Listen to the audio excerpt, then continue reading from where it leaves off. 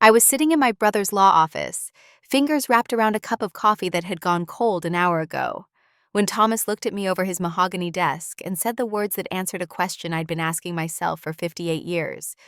Would blood matter more than a bank statement? The answer, delivered in his measured attorney's voice, was no. Claire, you have to understand. Thomas leaned back in his leather chair, the kind that cost more than most people's monthly mortgage. Behind him, the Boston harbor stretched out through floor-to-ceiling windows, sailboats cutting white lines across blue water. Vanessa and I have obligations, investment commitments. Patricia's tuition at Exeter alone is $60,000 a year. We can't just liquidate $200,000 on a medical procedure that might not even... He caught himself. Too late. Might not even work? The words came out quieter than I intended. You mean my daughter's heart surgery might fail, so it's a bad investment? Thomas had the decency to look uncomfortable. He adjusted his glasses, straightened papers that didn't need straightening. That's not what I meant. Then what did you mean? Silence filled the space between us. Outside, a fairy horn sounded. Someone laughed in the hallway beyond his door. The world kept moving while my brother calculated whether his niece's life was worth the risk to his portfolio. In my purse, folded carefully in an inner pocket, was a bank statement. Balance, $1,047,312. 20 years of military pension. Invested wisely. Michael's life insurance. Untouched since he died 5 years ago. An inheritance from my maternal grandmother that I'd never told anyone about because I wanted to see how people treated me when they thought I had nothing. I could pay for Julia's surgery 5 times over without touching the principal. But I didn't pull out that statement because in the Marine Corps, I learned a fundamental truth about human nature. You only discover who your real allies are when you're bleeding. When you're strong, everyone wants to stand next to you. When you're weak, you learn who actually has your back. Thomas thought I was weak, desperate, a poor widow, a former grunt who'd served her country and gotten nothing for it but a modest paycheck and a bad knee. He was about to learn just how wrong he was. I understand completely, Thomas. I set down the coffee cup, gathered my coat. Thank you for your time. He blinked, surprised. He'd expected begging. Tears, maybe. A breakdown about how Julia was all I had left, how I couldn't lose her too, how surely there must be some way. Please, I'm desperate. Claire, wait. Let's not be hasty. Maybe we could work out a loan structure, something with collateral. No need. I stood, pulled my coat on with the same efficiency I'd learned in boot camp 25 years ago. I'll figure it out. The house! Vanessa's voice came from the doorway. I hadn't heard her approach. She stood there in yoga pants that cost more than my grocery budget, perfectly highlighted hair catching the afternoon sun. You could sell the house. It's paid off, right? That Victorian in Portsmouth must be worth what, $400,000? $450, actually. But I wasn't going to give her the satisfaction. That's Michael's house. The words came out harder than I intended. That's where he built the deck with his own hands, where he taught Julia to ride a bike, where he died. Vanessa's expression didn't change. Well, Margaret, sometimes we have to make difficult choices. You made yours when you married a man who didn't have proper life insurance. The lie hung in the air between us. Michael had excellent life insurance, $500,000 that sat in my account right now, invested in index funds that had grown steadily for 5 years. But Vanessa didn't know that. She just assumed, like everyone else, that the widow of a warehouse foreman would be broke. I could have corrected her, could have pulled out my phone, opened my banking app, watched her face change as she realized I had more liquid assets than she and Thomas combined. Instead, I smiled. The same smile I'd used in intelligence briefings when I knew something the enemy didn't. Thank you both for your time. Please give my love to Patricia and James. I walked out before Thomas could manufacture another excuse, before Vanessa could offer another insult dressed as advice. The elevator ride down felt longer than it should have. 32 floors of polished steel and indirect lighting, carrying me away from blood family and towards something I hadn't named yet. Hope maybe, or vindication. Or just the cold certainty that I'd gotten my answer. 3 weeks earlier, before Thomas's rejection became fact instead of fear, I'd sat in my sister Helen's Connecticut home and watched my family pretend to care about me. The dinner was Helen's idea. Let's get together, she'd said over the phone. Just siblings. Thomas, you, me, like old times. There were no old times. Not really. Thomas was 7 years older than me, already in college when I was learning to drive. Helen was 4 years older, married to her first husband by the time I enlisted. We'd been ships passing in hallways, strangers who shared a last name and a deceased mother's nose. But I'd agreed because Julia had been getting tired more easily, and some part of me needed to know, if things got worse, could I count on them? Helen's house was all white furniture and carefully curated art, the kind of place where you were afraid to sit too heavily, breathe too deeply. She met me at the door with air kisses that never quite touched skin. "Claire, you look wonderful. Have you lost weight?" I hadn't. But Helen had a habit of complimenting things that didn't need complimenting while ignoring things that did. Thomas and Vanessa were already there, holding wine glasses filled with something that probably cost more than my weekly grocery budget. Thomas raised his glass in greeting. "Claire, good to see you." "Thomas, Vanessa." Vanessa gave me the kind of smile that never reached her eyes. She wore a cream-colored dress that probably had a designer name I wouldn't recognize, diamonds at her throat that caught the light every time she moved. "How's Julia?" Helen guided me toward the living room. "Still at UNH Medical School? Last year, graduating in May." "That's wonderful! At least one Brennan will actually make money."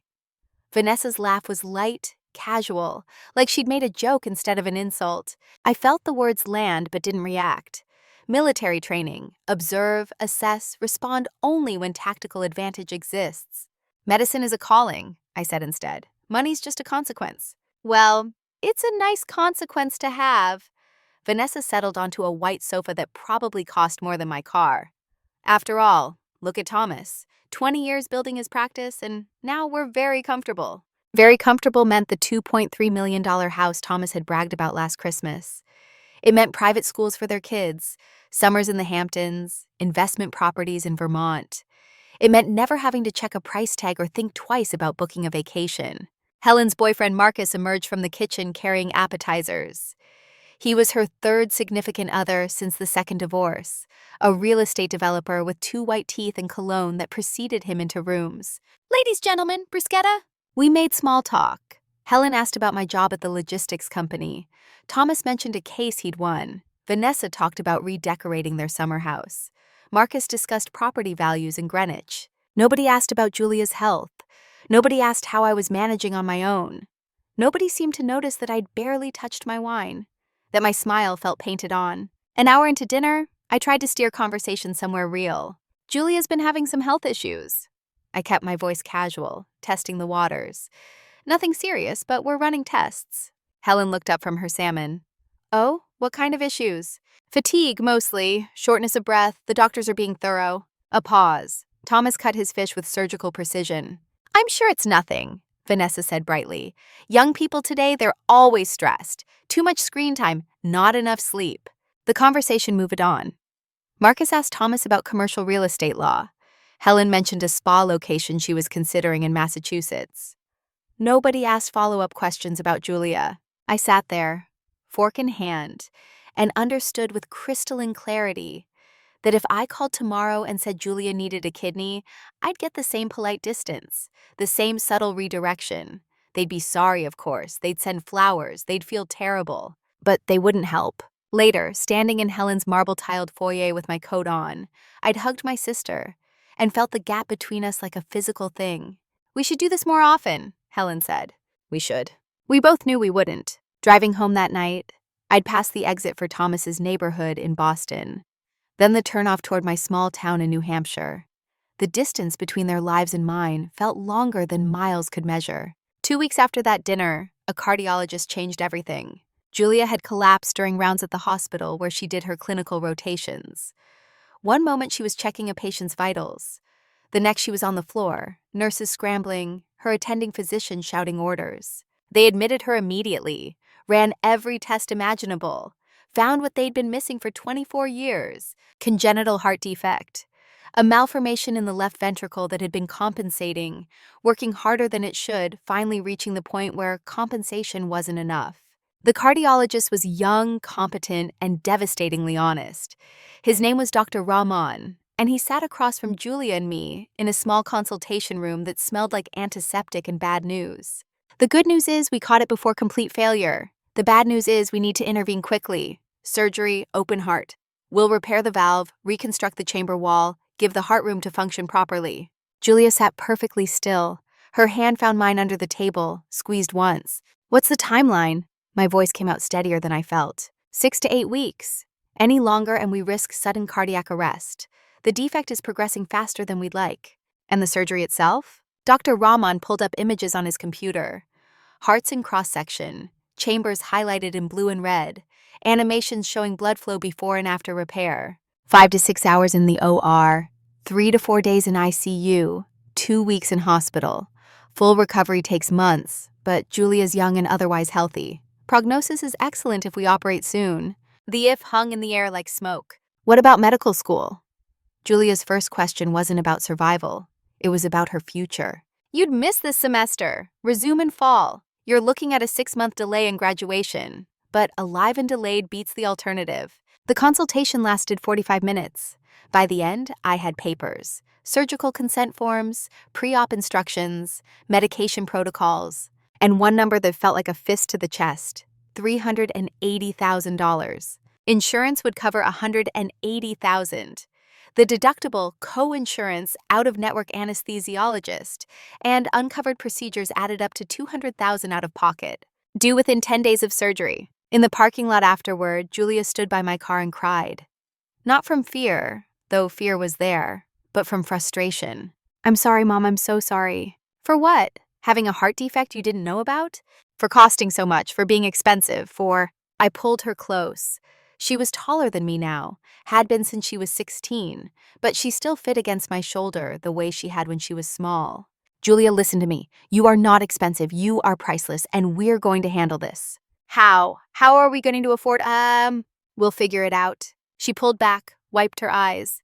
The house. We have to sell the house. The certainty in her voice broke something in me. Not because she was wrong, the house was worth enough, but because she'd gone straight there. No hesitation. No question about whether family might help. She already knew they wouldn't. Let's not make any decisions yet. I unlocked the car. I need to think. But driving home, I'd already started planning. Not the plan everyone would expect. Something else.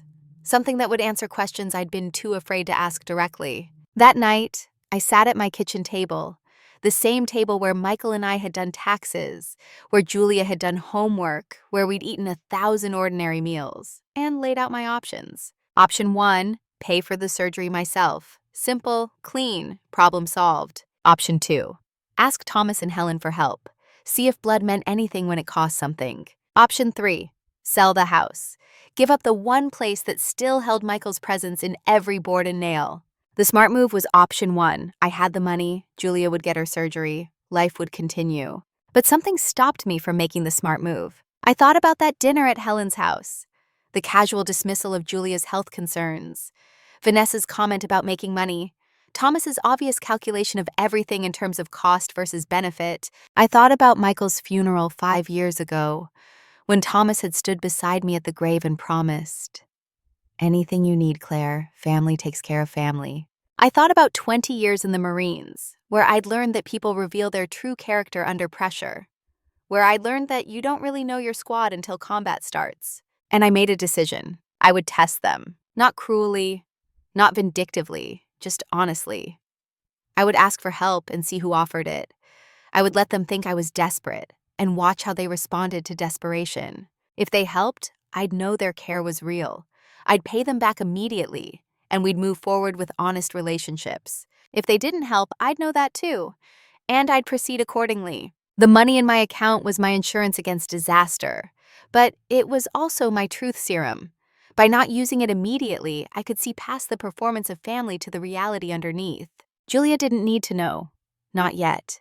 The fear she'd feel would be real, and I hated that. But she also needed to see them clearly. Needed to understand that the family who showed up at graduations and sent birthday cards might not be the family who showed up in crisis. It was a hard lesson, but better to learn it now than later, when the stakes might be even higher. 2 days after Julia's diagnosis, I called Thomas. "Claire, how are you?" Professional voice. warm but distant, the tone he probably used with clients he didn't know well. I need to talk to you about something important. Can I come to your office? A pause. I could almost hear him checking his calendar, weighing obligations. Of course, how's Thursday at 2? That works. Idiot. Thank you, Thomas. I didn't tell him what it was about. Let him wonder. Let him prepare his lawyer face. Thursday came cold and gray, threatening snow. I drove to Boston in my 12-year-old Honda, parked in a garage that charged $20 an hour, and rode the elevator up to Thomas's corner office with its view of everything money could buy, which brought me full circle, back to that cold coffee and colder rejection, back to Vanessa's casual cruelty about Michael's insurance, back to the moment I'd stood up, thanked them for their time, and walked away with my secret intact. In the car afterward, I sat in the parking garage and let myself feel it. Not sadness. Sadness would have meant I'd expected something different. Number. What I felt was clarity. Pure, clean, liberating clarity. Thomas had failed the test. Not because he didn't have the money, he had plenty. Not because the request was unreasonable. Family helping family in medical crisis was the opposite of unreasonable. He'd failed because when given the choice between comfort and compassion, between protecting his portfolio and protecting his niece, he'd chosen himself. And now I knew. I started the car and drove to Connecticut. Helen deserved the same opportunity, the same test, the same chance to surprise me. Helen's response was different, softer, drowning in guilt but still ultimately useless. We met at a coffee shop halfway between her town and mine. She arrived in workout clothes, having just come from a Pilates class, and hugged me with real warmth. "Claire, you look stressed. Are you okay?" Over lattes neither of us finished, I told her about Julia, about the diagnosis, the surgery, the cost. I kept my voice matter-of-fact, laid out the numbers without dramatics. Helen's face went through several expressions: shock, sympathy, concern, and then, finally, calculation. "Oh, Claire, I'm so sorry. It's terrible timing." Timing, as if heart defects consulted calendars. "The thing is," Helen continued, stirring her latte without drinking it, "I'm in the middle of this messy divorce from Richard. The lawyer fees are insane, and the business is going through restructuring. Opening a new location costs more than you'd think. My accountant has me on this strict budget until we see how the Massachusetts expansion performs." She kept talking, explaining, justifying, but I'd stopped listening after terrible timing because everything after that was just noise. "I understand, Helen. I could maybe lend you $20,000. Would that help? I'd need to talk to my accountant, but..." $20,000 when the gap was $200,000. $20,000 when I'd seen her Instagram post from Santorini just 6 weeks ago. Champagne and sunsets and $1,000 hotel rooms. That's generous, but no, I'll figure it out. "Are you sure? Because I really do want to help." "I'm sure." Helen reached across the table, squeezed my hand. Her nails were perfectly manicured, pale pink with white tips. "Will you keep me updated? About Julia? I'm worried." "Of course." We hugged goodbye in the parking lot. Helen held on a little longer than necessary, probably trying to assuage her guilt with extended physical contact. "You're so strong, Claire. I don't know how you do it. You've always been the strong one." Strong. People said that when they meant alone. When they meant you don't need help because you've never asked for it properly. I drove home slowly, taking back roads through small towns that still had Christmas decorations up, even though it was February. Lights on bare trees, wreaths on doors, symbols of generosity and goodwill that felt ironic given the day's results. 2 siblings, 2 rejections, 2 confirmations of what I'd already suspected. I wasn't sad, wasn't even angry really, just clear. And clarity, it turned out, was its own kind of power. That night, Julia and I sat in the living room where I'd once held her as an infant, where Michael had read her bedtime stories, where we'd watched her grow from baby to child, to the remarkable young woman sitting beside me now. "What did Uncle Thomas say?" She didn't look at me when she asked, just stared at the fireplace where logs burned low. "He said no." "And Aunt Helen?"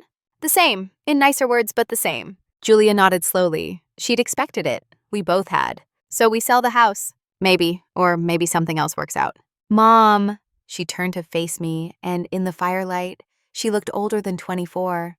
Looked like someone who understood that family was a lottery and we'd drawn losing tickets. "We both know there's no something else. We sell Dad's house or I don't get the surgery. Those are the options." I could have told her then. Could have said, actually, sweetheart, I have $1 million in the bank and your surgery is already paid for. Could have ended her fear with truth. But I didn't, because she needed to see what I was seeing, needed to understand that the people we'd celebrated birthdays with, who'd sent graduation cards and showed up for holidays, had limits, had boundaries drawn around their compassion with dollar signs and inconvenience. Some lessons hurt, but that doesn't make them less necessary. We'll do what we have to do, I said instead. But Julia, listen to me. This house is wood and nails, your blood and breath. There's no universe where I choose differently. She leaned her head on my shoulder. I hate that you have to choose it all.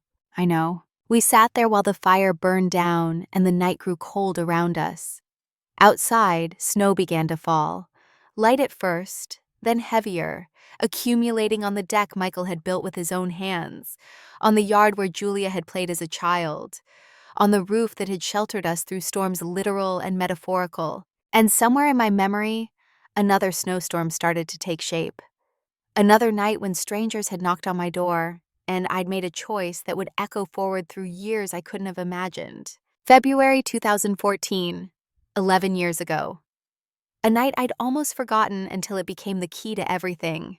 The blizzard had started that morning with weather reports everyone ignored. New Hampshire got snow. This was just more snow. Except it wasn't. By afternoon, the governor had declared a state of emergency. Highways closed, businesses shuttered, schools let out early, children excited by unexpected freedom. I'd come home from my shift at the logistics company, Michael already upstairs in bed.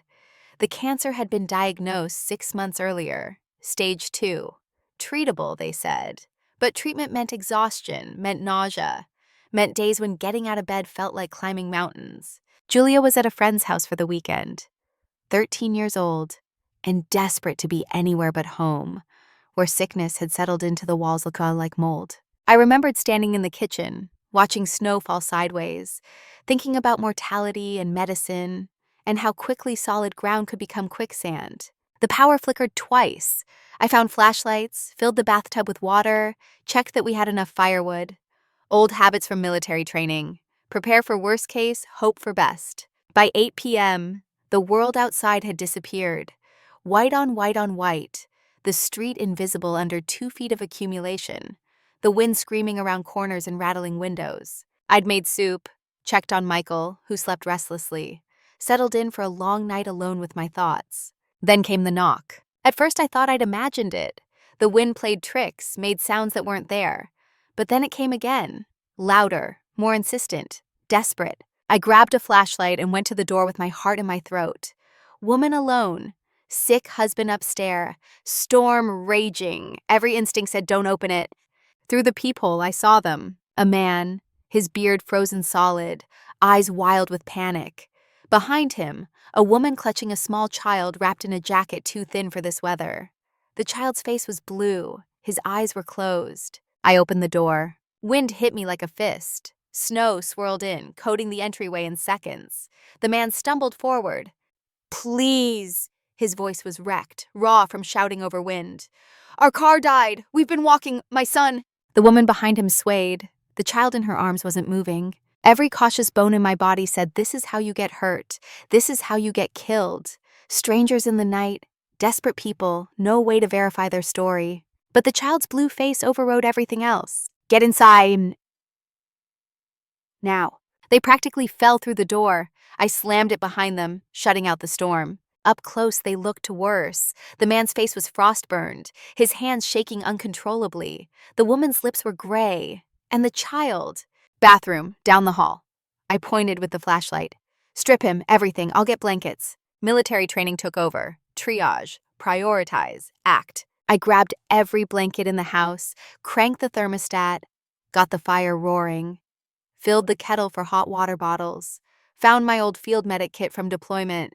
In the bathroom, they'd gotten the child out of his wet clothes. He was maybe 7, small for his age, shaking so hard his teeth chattered. His skin had that waxy quality that meant deep cold. I wrapped him in blankets, checked his pulse. Weak but present, breathing shallow but steady. What's his name? Connor. The mother's voice cracked. Connor Hayes, he's 7. We were driving to Portland, my mother's sick, and the car just died, miles from anywhere. We knocked on 4 houses before yours. Nobody answered. 4 houses. 4 families who'd seen strangers in a storm and chosen safety over humanity. I carried Connor to the living room, laid him on the couch nearest the fire, used the field medic training I hadn't needed in years. Core temperature, circulation, signs of frostbite. He's hypothermic, not severe yet, but close. We need to warm him slowly. The parents stood there, dripping melted snow, useless with shock and relief. I pointed them toward the kitchen. Both of you, out of those clothes. I'll find something dry. I raided Michael's closet. Sweats for the man. One of my old Marine Corps hoodies and sweatpants for the woman. Too big, but dry and warm.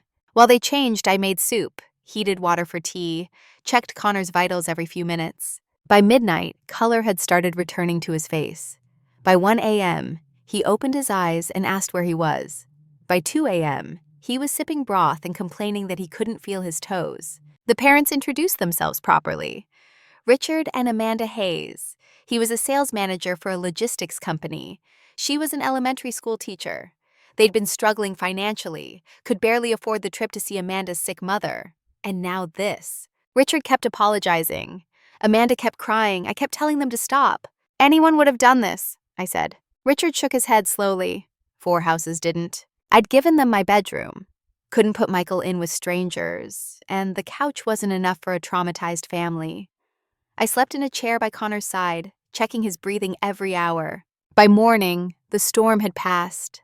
The world outside was transformed, clean and white and silent, beautiful in the way disasters can be when you survive them. Richard tried to give me money, pulled out his wallet and pressed $500 bills into my hand with shaking fingers. Please, it's all I have on me, but it's yours. You saved his life. I pushed the money back. Keep it. You'll need it to get your car fixed. But we owe you. You don't owe me anything. Just pay it forward someday. Help someone else when they need it. That's all. Amanda hugged me hard enough to crack ribs. Connor, looking better but still pale, gave me a small wave. Richard stood in the doorway, snowlight haloing him, and said the words I'd forgotten until they came back to matter. I'll never forget this. Someday, somehow, I'll find a way to pay this back. I'd smiled. Just get your family home safe. That's payment enough. They'd left in their newly jumped car, disappearing down the snow-covered street. I'd watched them go, then turned back to my warm house and sick husband and complicated life. The Hayes family became a story I told occasionally. Remember that blizzard in 2014? I helped a stranded family. They never forgot it.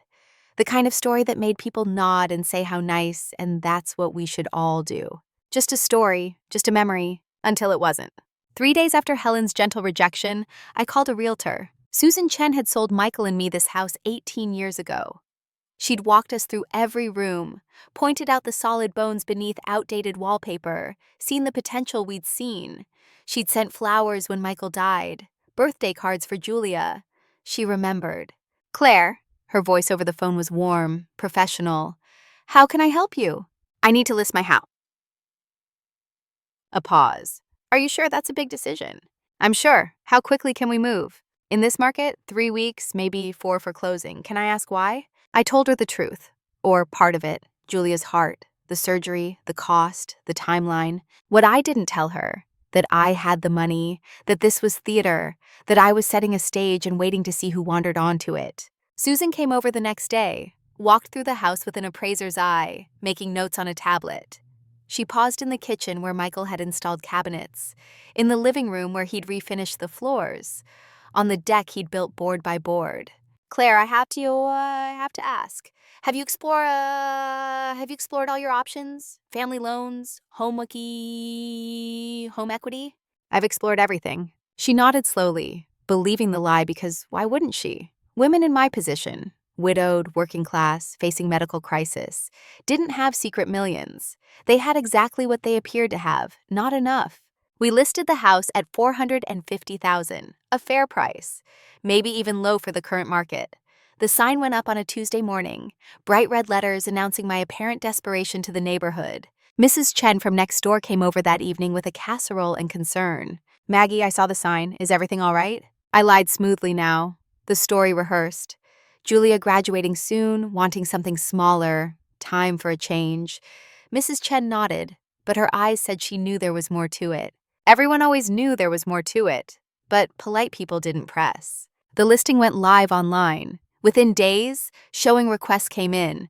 Couples walked through, pointing at walls they'd paint different colors, floors they'd replace, bathrooms they'd remodel. They saw my home as a project, a blank canvas, an investment. Then came the offer. Anonymous ELLC. All cash, $445,000, 3-week closing, no inspection contingencies, no negotiation. Susan called, excited. Claire, this is perfect. Cash buyers move fast. You can close in time for Julia's surgery window. Who are they? The LLC is registered in Delaware. Property investment firm, looks like. They've bought 3 other houses in New Hampshire this year. Legitimate. Something about it felt off. But maybe that was just my suspicious military brain, trained to see threats everywhere. Accept it, I told Susan. You're sure? We might get higher offers if we wait. No waiting, accept it. Papers were drawn up. A closing date was set. February 18th. 3 weeks away. Julia's surgery was scheduled for February 25th. 1 week buffer for things to go wrong, or for things to go right in ways nobody expected. Julia took it hard. I came home from signing the initial contract to find her on the deck, standing in the cold without a coat, staring at the yard. This is where Dad taught me to ride a bike. Her voice was flat. Right there. He ran beside me for hours until I got it, came inside with blisters on his hands from holding the seat. I stood beside her, shoulder to shoulder. I remember. This house is the only place I remember him clearly. His voice, his laugh, the way he smelled like sawdust and coffee. If we leave here, I'm afraid I'll forget. You won't forget? How do you know? Because he's not in the walls, Julia. He's in you. In your stubbornness and your laugh and the way you care too much about people. You could live anywhere and still carry him. She leaned against me. I hate this. I know. I hate that you have to choose. It's not a choice. It's the only answer. We stood there until the cold drove us inside, until the reality of selling became just another grief, layered over old grief until the only way forward was through. The 3 weeks passed in a blur of packing and paperwork, boxing up Michael's tools, sorting through Julia's childhood toys, photographing rooms I'd never see again. Thomas drove by once. I saw his car slow in front of the house, saw him looking at the for sale sign. He didn't stop, didn't call, just drove past, with what I imagined was satisfaction that I'd done what he'd suggested without his help. Helen called twice, both times with the same script. How are you holding up? I'm sorry it came to this. Maybe it's for the best. Fresh starts and all that. I let her talk, made agreeable sounds, told her I was fine. And I was fine, because I knew something they didn't. This wasn't an ending. It was a test with results still pending. February 18th arrived cold and clear. No snow, just bright winter sun that made everything look sharper than it should. Julia insisted on coming to the closing. If you're losing the house for me, I'm going to be there. We drove together in silence, my old Honda making its familiar rattling sounds, the radio playing songs we didn't hear. Susan's office was in a strip mall between a dry cleaner and a pizza place. Not glamorous, just functional. Inside, the conference room was exactly what real estate closings always were. Beige walls, synthetic wood table, uncomfortable chairs, stacks of papers waiting for signatures that would change everything. Susan had coffee ready, papers organized in neat piles. The lawyer representing the LELC was there, a man in his 50s with graying hair and kind eyes, name tag reading Attorney James Morrison. Mrs. Brennan, he shook my hand. Thank you for being flexible with the timeline. Not much flexibility involved when you need the money. He nodded, understanding or pretending to. We sat. Susan explained each form, disclosure statements, title transfer, final purchase price, wire instructions. My signature required on 14 different pages. Julia sat beside me, pale but composed. Her hand found mine under the table. I picked up the pen, positioned it over the first signature line, took a breath. And that's when the door opened. 3 people walked in. A man in his mid-40s, well-dressed but not showy, with gray threading his dark hair. A woman, early 40s, kind eyes and nervous hands. A young man, 18, maybe 19, tall and athletic, with an intensity that made him seem older. Behind them, carrying a briefcase, was another lawyer. Susan looked up confused. I'm sorry, but we're in the middle of a closing. The lawyer who'd just entered raised a polite hand. Ms. Chen, I apologize for the interruption, but my clients have something they need to say to Mrs. Brennan. Morrison, the LLC lawyer, smiled slightly, like this was expected, like he'd been waiting. I set down my pen, military instincts firing, assess, identify, respond. The man stepped forward. His eyes met mine, and something in them was familiar, something I couldn't place. Mrs. Brennan, his voice was steady but emotional. I don't know if you remember us. The woman behind him clasped her hands together. The young man watched me with an intensity that made my chest tight. I'm sorry, I said slowly. I don't. The new lawyer spoke. February 2014, a blizzard. My clients were stranded when their vehicle failed. They knocked on 4 houses before they reached yours. The room tilted. You opened your door, the woman said, and her voice cracked. You saved our son that night. Memory crashed over me like the storm itself. Blue lips, shaking hands. Connor, wrapped in blankets, asking where he was. Oh my God. The words barely made it out. You're the Hayes family. Richard's eyes filled. We've been looking for you for 11 years. The lawyer, their lawyer, not the LLC's, set his briefcase on the table.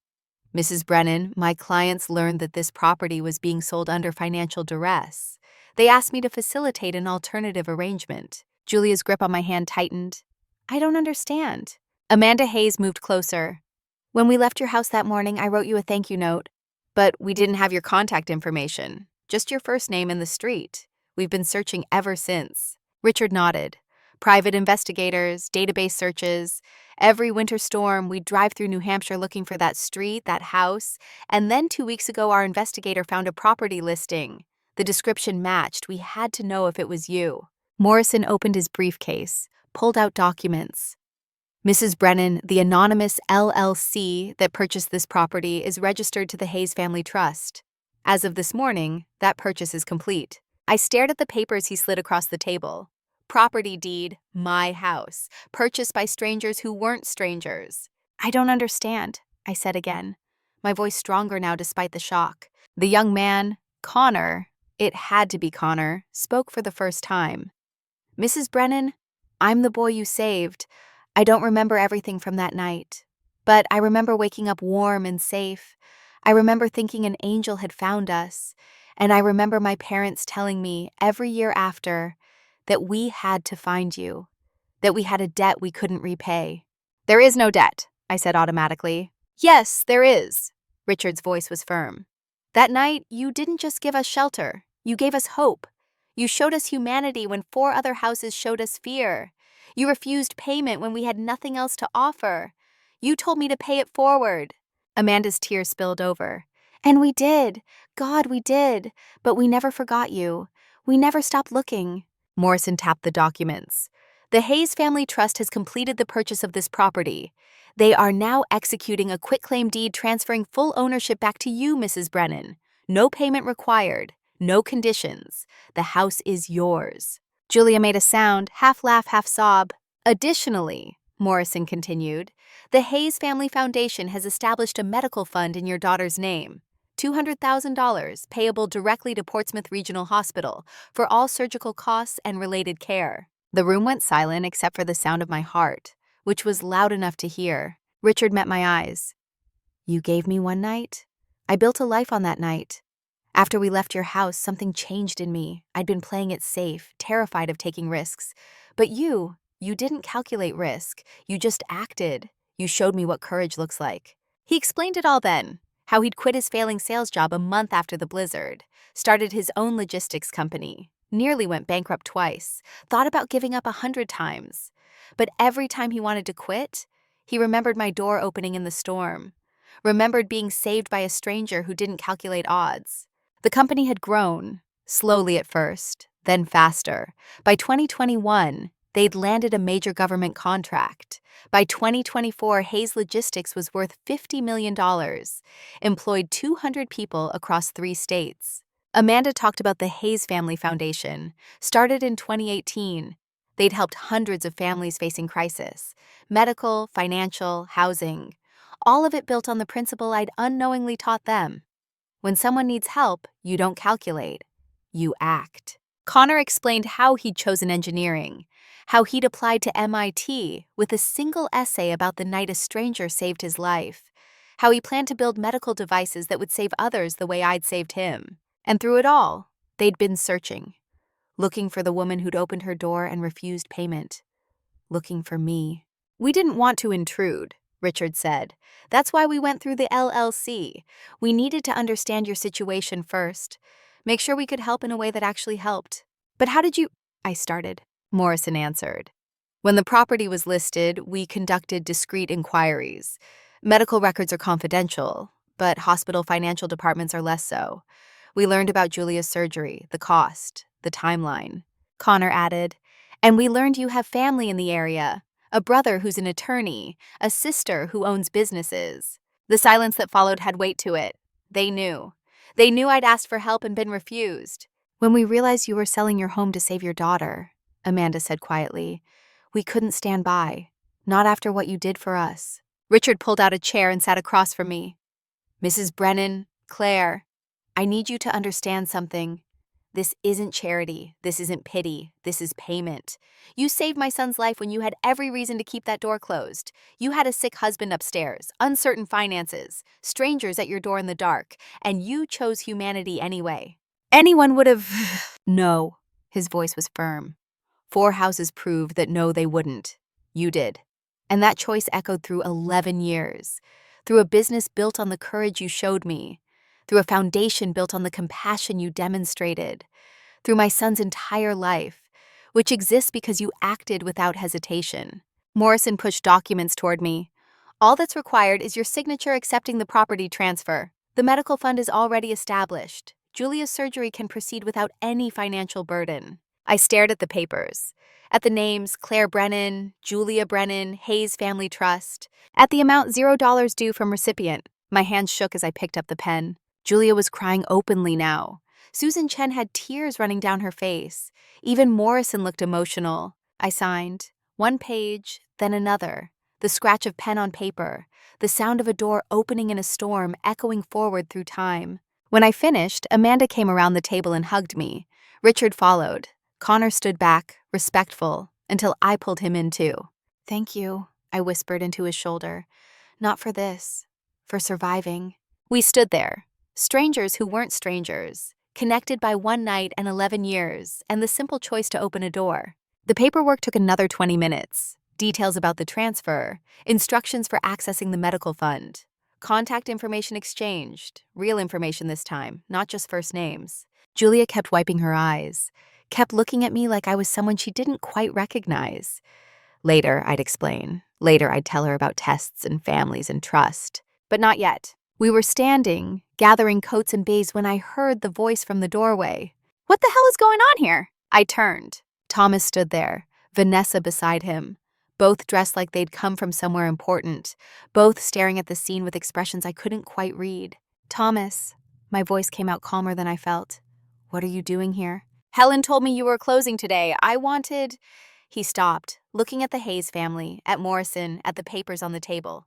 Who are these people? Before I could answer, Richard stepped forward. Mr. Brennan, I'm Richard Hayes. I believe we should talk. Thomas's lawyer brain was working, assessing, trying to understand the dynamic. I don't understand. Are you the buyers? We were. Now we're the donors. Vanessa's sharp intake of breath was audible. Donors? Morrison gathered his documents with the satisfaction of someone who loved dramatic reveals. The Hayes Family Trust has purchased this property and immediately transferred it back to Mrs. Brennan. They've also established a medical fund covering all of Julia's surgical costs. Thomas stared, actually stared, mouth slightly open, for maybe the first time in his life. How? He looked at me. Claire, who are these people? And here it was. The moment I'd been waiting for without knowing I was waiting. I could have explained calmly. Could have walked Thomas through the blizzard story, the search, the return. Could have been gracious and appropriate and small. Instead, I pulled my phone from my purse, opened my banking app, turned the screen toward my brother. These are strangers I helped once, 11 years ago. And before you ask how I'm managing financially, you should probably see this. Thomas took the phone. His face went through several expressions as he read the number on the screen. $1,047,312. You have… He couldn't finish the sentence. 20 years of military pension, wisely invested. Michael's life insurance, which Vanessa incorrectly assumed didn't exist. and an inheritance from Grandma Sullivan that I never mentioned because I wanted to see how people treated me when they thought I had nothing. Vanessa had gone pale. You lied to us. I never lied. I never said I was broke. You assumed. And when I asked for help, you said no based on those assumptions. Thomas handed back my phone like it might burn him. Claire, if you had the money, why did you test you? I smiled without humor. Because I needed to know, Thomas. I needed to know if my family would help when they thought it would cost them something. I needed to know if blood mattered more than bank balances. That's manipulative. No. What's manipulative is calculating whether your niece's life is worth risking $200,000 while you spend that much on summer vacations. What I did was strategic. The military taught me to identify true allies. You do that by observing behavior under pressure. Richard stepped forward. Mr. Brennan, your sister saved my son's life.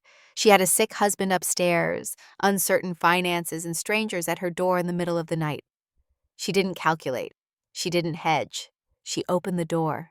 Amanda added, and when we tried to pay her, she refused, told us to pay it forward instead. Your sister taught us that humanity matters more than calculation. Connor looked at Thomas with the kind of clear-eyed judgment only the young can manage. Mrs. Brennan didn't know my last name, but she gave us everything we needed. You've known her your whole life, and you said no when it mattered most. I hope you can live with that, sir, because I couldn't. The silence that followed was devastating. Susan Chen quietly excused herself. Morrison followed, leaving his card on the table. The Hayes family stood together, a unified front of strangers who'd become something more. Thomas opened his mouth, closed it, looked at me like I was someone he'd never seen before. Claire, I'm sorry? You should be. But your apology doesn't change what I learned. It doesn't change the fact that when I needed you, you calculated odds. These people, I gestured to the Hayes family, they didn't calculate. They acted. That's the difference between real family and people who just share DNA. Vanessa found her voice. This is ridiculous. You can't seriously. I am. You're welcome to leave now. Thomas took Vanessa's arm. They walked toward the door. Then Thomas paused. For what it's worth, you're right. I calculated. And I was wrong. I know you were. He left. The door closed behind them. In the sudden quiet, Julia started laughing. Not hysterical. Just honest, surprised laughter. Mom, you tested them. You actually tested them. I did. And they failed. Spectacularly. Richard smiled. I like you, Claire Brennan. The feeling is mutual, Richard Hayes. We left the office together, me, Julia, and the family who'd come back from a storm, and stepped out into cold February sunshine. My Honda was parked next to their Tesla. The contrast felt appropriate. Can we take you both to lunch? Amanda asked. We have 11 years to catch up on. I looked at Julia. She nodded. Lunch sounds perfect. We went to a small diner 2 blocks away, sat in a booth meant for 4 and squeezed in 5, ordered coffee and sandwiches, and talked for 3 hours about everything and nothing. Connor and Julia discovered they were both interested in cardiac medicine, her from the doctor side, him from the engineering side. Richard and I talked logistics and business. Amanda showed me photos of foundation projects, families they'd helped. At one point, Julia excused herself to the bathroom. Amanda leaned across the table. Claire, I need to ask, did you really have the money all along? Yes. Then why put yourself through this? Why not just pay for the surgery? I thought about how to answer, how to explain testing family, how to articulate the need to know who would show up when you were bleeding. Because, I said finally, I needed to know the truth about my family, about what mattered to them. And I needed Julia to see it too. Better to learn it now than later, when the stakes might be even higher. Richard nodded slowly. That's cold, but smart. The military teaches you to identify your real squad before combat. This was combat, medical, financial, emotional. I needed to know who'd hold the line.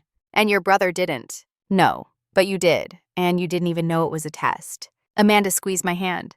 We're family now, not by blood, by choice. The better kind, I agreed. When we finally left the diner, the sun was setting. Pink and orange light painting the snow, making everything look softer than it was. The Hayes family walked us to my car. Connor hugged Julia goodbye. Richard shook my hand, then thought better of it, and hugged me too. Thank you, he said quietly, for everything, for that night, for letting us do this, for being the kind of person the world needs more of. Thank you for finding me. We never stopped looking. They drove away in their Tesla. Julia and I sat in my old Honda, engine running, heat blasting, just breathing. Mom, Julia's voice was quiet. I can't believe you had the money the whole time. I know. Were you ever going to tell me? Eventually, after the surgery, after you recovered, I would have explained everything. I'm not mad. That surprised me. No? No. I'm impressed. You tested them. You made them show their true colors. Uncle Thomas failed, Aunt Helen failed, and complete strangers passed with flying colors. She looked out the window at the town where we'd lived her whole life, where Michael was buried, where we'd almost lost our house but somehow kept it anyway. I learned something today, she said. Family isn't who you're born to. It's who shows up when it matters. That's exactly right. So what now? I pulled out of the parking lot heading toward home. Our home. The house Michael built. The house we'd almost lost. The house that was ours again because I'd opened a door in a storm 11 years ago. Now we schedule your surgery. We recover. And we build relationships with people who actually deserve them. The Hayes family. The Hayes family. And maybe Helen, if she can prove she's learned something. But Thomas and Vanessa, they showed me exactly who they are, and I believe them. Julia nodded. We drove in comfortable silence, the kind that comes from surviving something together. At home, the for sale sign was still in the yard. Tomorrow, I'd call Susan and have it removed. Tomorrow, I'd start the paperwork for the property transfer. Tomorrow, I'd coordinate with the hospital about the medical fund. But tonight, I just stood in my living room and breathed. The house smelled like Michael's sawdust and my coffee and Julia's vanilla lotion.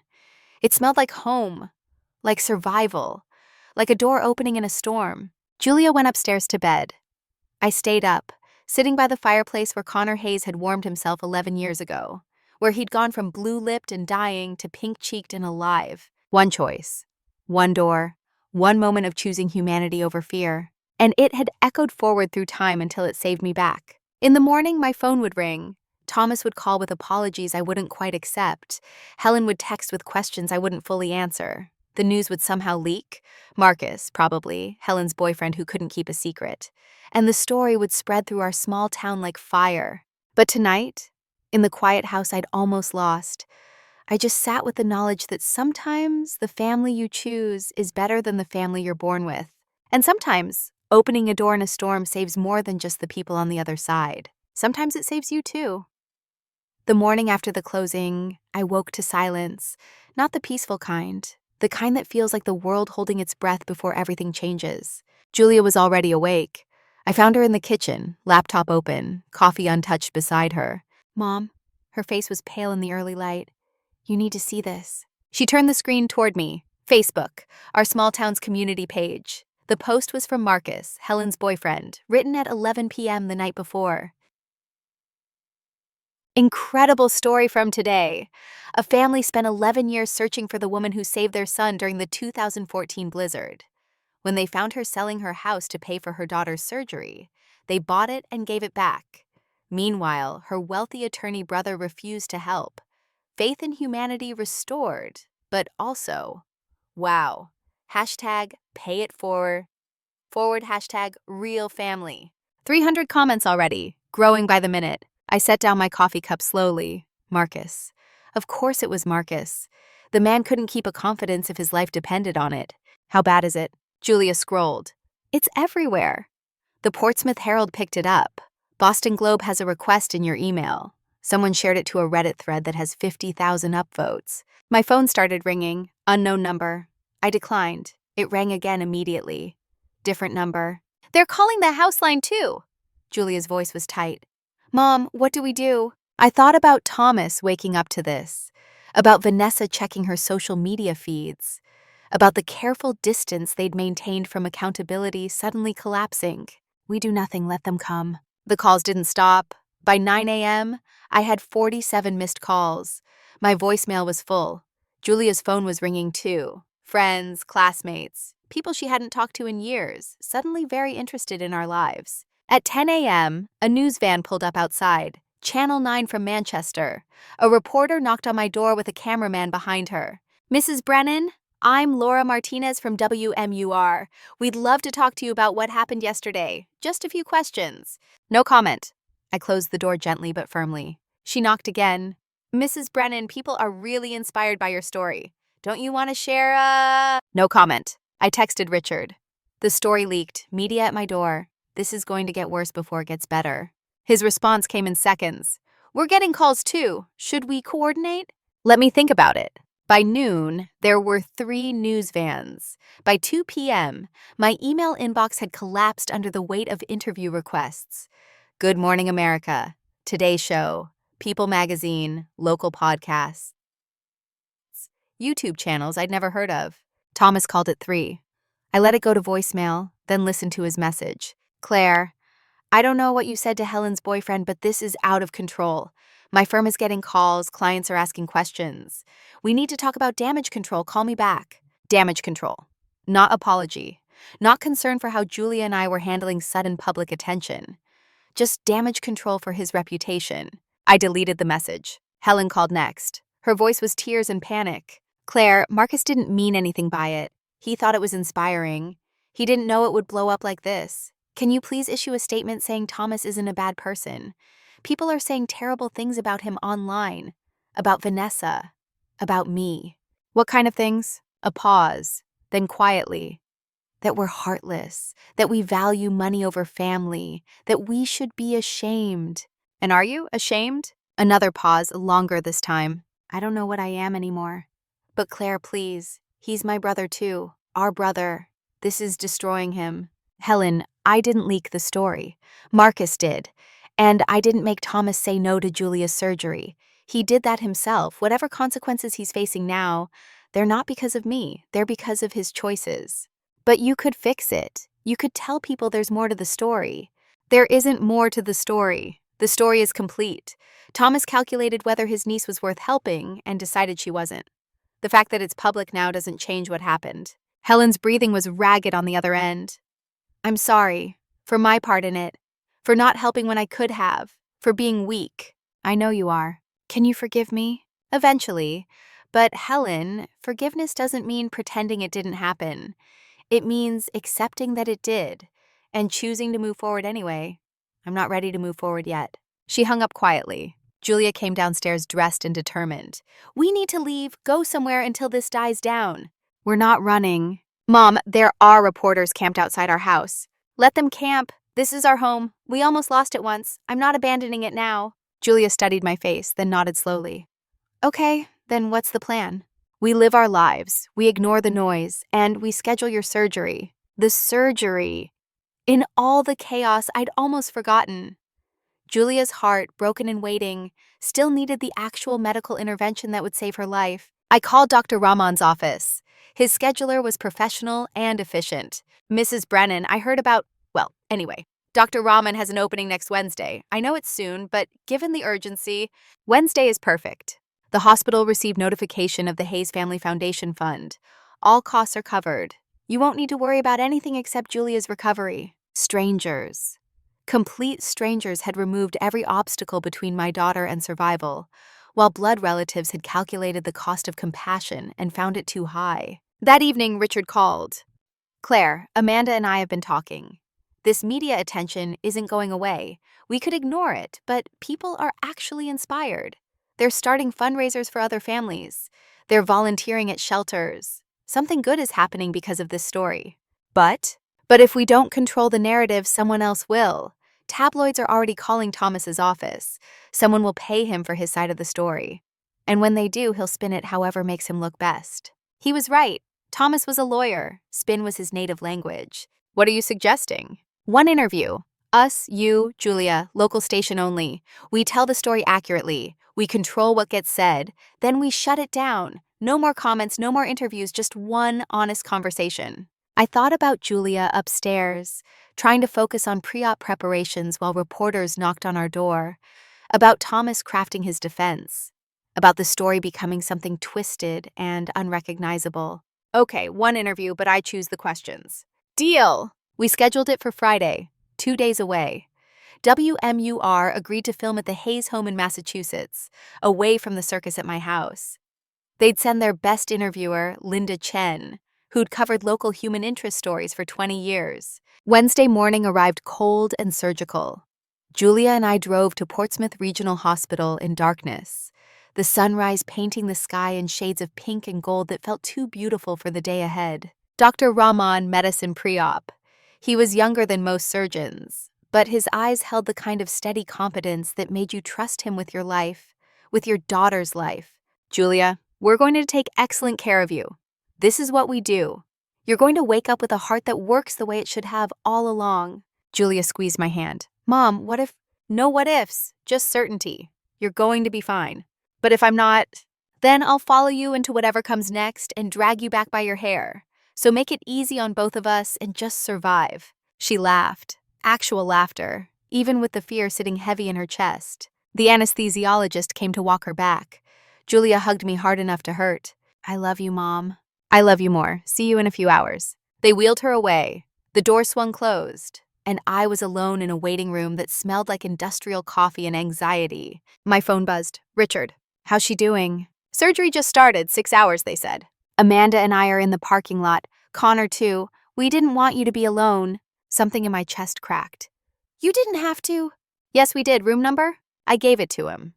5 minutes later, they walked in carrying coffee and pastries, and the kind of quiet presence that says you don't have to talk, we're just here. Amanda sat beside me. Connor was up at 5 a.m. pacing, insisted we leave early so we'd get here before surgery started. Connor looked embarrassed, 18 years old and trying to hide how much he cared. She's going to be okay, he said, more to himself than to me. She has to be okay. She will be. Richard settled into a chair across from us. And when she wakes up, she's going to need people around her who actually care, not people who calculated whether she was worth saving. 6 hours. We filled them with conversation that mattered and silence that didn't need filling.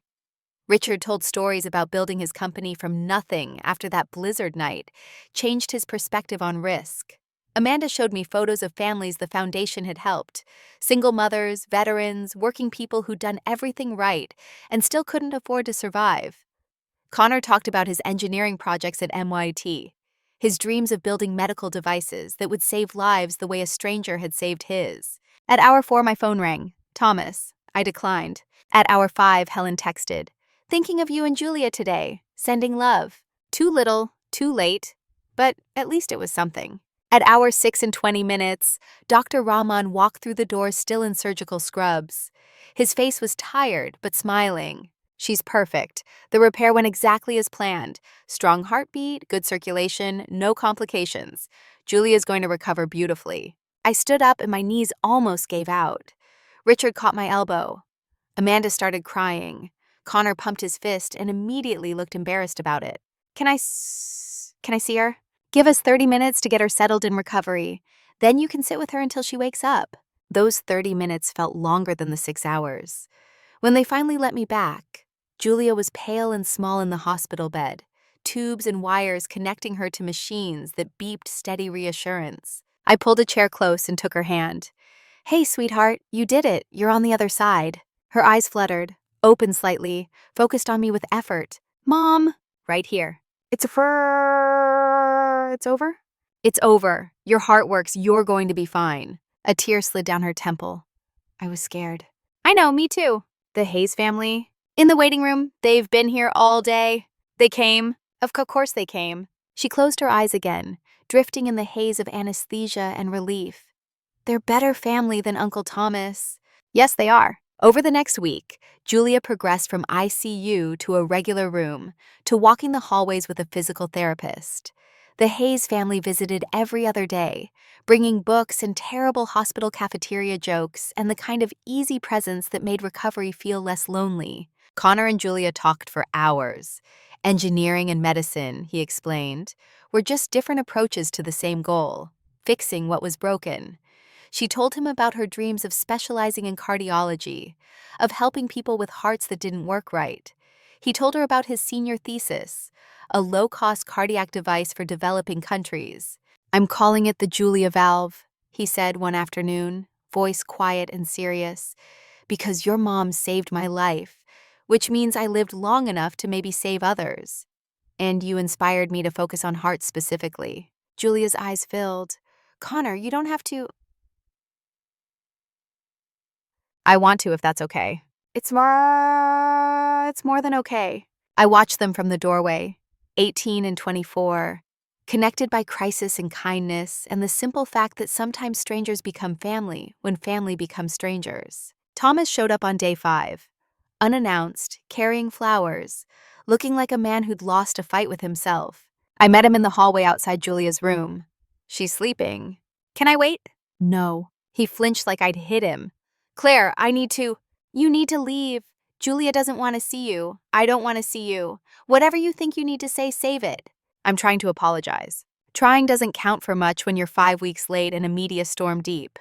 You want to apologize because it's public now, not because you're actually sorry. That's not fair. Fair? My voice stayed level, but something cold crept into it. You calculated my daughter's life against your investment portfolio. Don't talk to me about fair. Go. He stood there in the hospital hallway with his expensive suit and cheap flowers.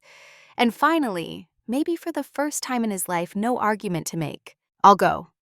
He set the flowers on a nearby chair. But Claire, for what it's worth, I was wrong. And I'll spend the rest of my life wishing I'd been better. Good. Wish away. Maybe it'll make you a better person. He left. The flowers stayed. Later, I gave them to a nurse who looked tired. Friday arrived with the weight of performance. The interview at the Hayes home in Massachusetts, scheduled for 2 p.m. Julia was released from the hospital that morning with strict instructions. Rest, medication, follow-up appointments. She insisted on coming to the interview. If they're telling our story, I should be there.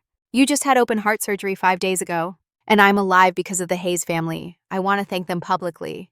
We drove to Massachusetts together, Julia in the passenger seat looking pale but determined. The Hayes home was beautiful, not ostentatious but comfortable in the way that comes from success earned rather than inherited. Large windows overlooking woods, a deck where Connor probably spent summers, a kitchen where Amanda had made 1,000 family dinners. Linda Chen from WMUR arrived with a small crew. No elaborate setup, just cameras, basic lighting, and genuine curiosity. Mrs. Brennan, Julia, thank you for doing this. I promise we'll keep it respectful. We sat in the Hayes living room. Me, Julia, Richard, Amanda, and Connor. 5 people connected by a storm in a decade. And the simple choice to open a door. Linda started with the easy questions. Tell me about the blizzard. Walk me through that night. What do you remember, Connor? Connor spoke first. I remember being so cold I couldn't think. I remember my mom crying because she thought I was dying. Then I remember waking up warm, wrapped in blankets, and this woman I didn't know checking my pulse very gently. She said, "You're safe now." I believed her. Linda turned to me. You didn't know them. Why risk letting strangers into your home? Because I'd been trained not to leave people behind. In the Marines, we had a code. You don't leave anyone in the cold. Civilians, soldiers, didn't matter. You bring them in. You refuse payment. What they had was all they had. They needed it more than I did. And you told Richard to pay it forward. It seemed obvious. You can't repay kindness with money. You repay it with more kindness. Linda paused, choosing her next words carefully. Fast forward 11 years.